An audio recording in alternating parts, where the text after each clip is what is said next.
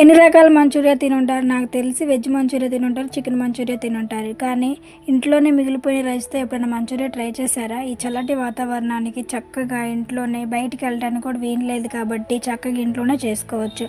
మనం ముందుగా అందరి ఇళ్ళల్లో ఉంటుంది కదా రైస్, మిగిలిపోయిన రైస్, ఆ అన్నంతోనే మనం చేసుకోవచ్చు. ముందుగా మిక్సీ జార్లో రైస్ వేసుకొని మిక్సీ పట్టుకొని ఒక బౌల్లో వేసుకోవాలి. బౌల్లో వేసుకున్న తర్వాత దాంట్లోకి 1 స్పూన్ రైస్ ఫ్లోర్, బియ్యపిండి 1 స్పూను, 2 స్పూన్లు శనగపిండి వేసేసి బాగా కలుపుకోవాలి. కలుపుకున్న తర్వాత అందులోకి మనం ముందుగా ప్రిపేర్ చేసి పెట్టుకొని ఎల్లిపాయలు, ఎండుమిర్చి ఫ్రై చేసుకొని పొడి చేసుకున్నది యాడ్ చేసుకోవాలి. తర్వాత చిల్లీస్, గ్రీన్ చిల్లీ, కరివేపాకు, కొత్తిమీర, జీరా, సాల్ట్ ఇవన్నీ వేసి కలుపుకోవాలి. మంచిగా కలుపుకొని ఆయిల్ హీట్ చేసుకొని దాంట్లో మనం చిన్న పకోడీ అంటే బాల్స్ లాగా ఫ్రై చేసుకోవాలి. పకోడీలాగా ఫ్రై చేసుకున్న తర్వాత దాన్ని పక్కన తీసుకొని ఇంకో కళాయి తీసుకొని దాంట్లో కొంచెం ఆయిల్ వేసుకొని కొంచెం ఆనియన్స్, జీరా, తర్వాత గ్రీన్ చిల్లీ వేసుకొని, క్యాప్సికమ్ అంటే క్యాప్సికమ్ కూడా వేసుకొని కొంచెం అల్లం పేస్ట్ వేసి ఫ్రై చేసి మనం ఇందులో రైస్ బాల్స్ కూడా యాడ్ ఆన్ చేసుకొని చక్కగా కలుపుకోవాలి.